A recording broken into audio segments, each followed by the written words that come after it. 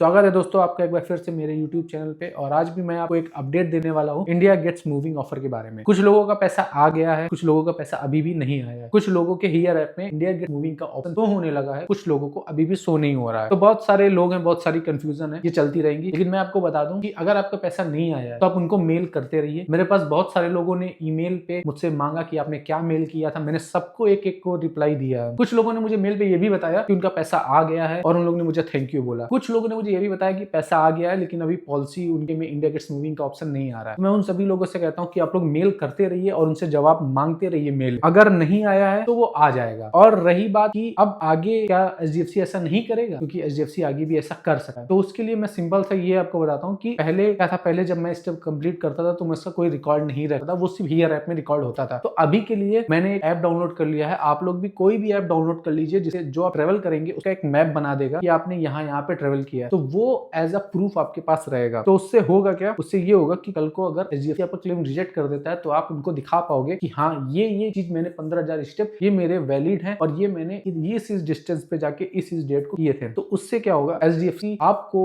Reject नहीं कर पाएगा, या फिर अगर रिजेक्ट करेगा भी तो आप प्रूफ मांगोगे। क्योंकि एचडीएफसी सिंपल सा एक बहाना देकर रिजेक्ट करेगा कि आपके जो स्टेप्स हैं वो वैलिड नहीं है, वो इनवैलिड हैं। लेकिन जब आपके पास प्रूफ रहेगा तो आप उसको दिखा पाओगे। अब मैंने कुछ यूट्यूब वीडियोस देखी जिसमें बहुत बड़े बड़े यूट्यूबर ये कह रहे थे कि ये फिशिंग ईमेल है, जो एचडीएफसी ने ईमेल भेजा था वो फिशिंग ईमेल था, वो ऐसा कुछ नहीं था, किसी की पॉलिसी रिजेक्ट नहीं हुई है, सबके पैसे आएंगे। भाई अगर वो फिशिंग ईमेल था तो हियर ऐप से इंडिया गेट्स मूविंग का ऑप्शन क्यों हट गया? चलो ठीक है, इतना भी मैं मान लेता हूँ। लोग कह रहे हैं कि एचडीएफसी स्कैम नहीं कर सका, तो मैं उनसे ये पूछना चाहता हूँ कि अगर वो स्कैम नहीं कर सका है तो उसने हमारा क्लेम रिजेक्ट क्यों किया? और फिर जब हमने एचडीएफसी से रिवर्ट मांगा, हमने जब एचडीएफसी से ये पूछा कि आपने मेरा क्लेम क्यों रिजेक्ट किया है, तो उसके पास तो एचडीएफसी के पास कोई जवाब ही नहीं था। अगर आप चेक करोगे जो एचडीएफसी का जो अप्रूव मेल आया है तो लास्ट 2 लाइन में ये लिखा हुआ है अगर आपने कोई भी लीगल एक्शन लिया है तो होपफुली आप विड्रॉ कर लेंगे। भाई इस नौबत तक आने ही क्यों दिया? तो मैं अभी ये कहना चाहता हूँ जिन के पास जो पॉलिसी एक्टिव है, तो अगर आप स्टेप कंप्लीट कर रहे हो तो आप एक ऐप डाउनलोड कर लो जिससे वो डिस्टेंस बन जाए और आप, ताकि आपके पास एक प्रूफ रहे। Thank you.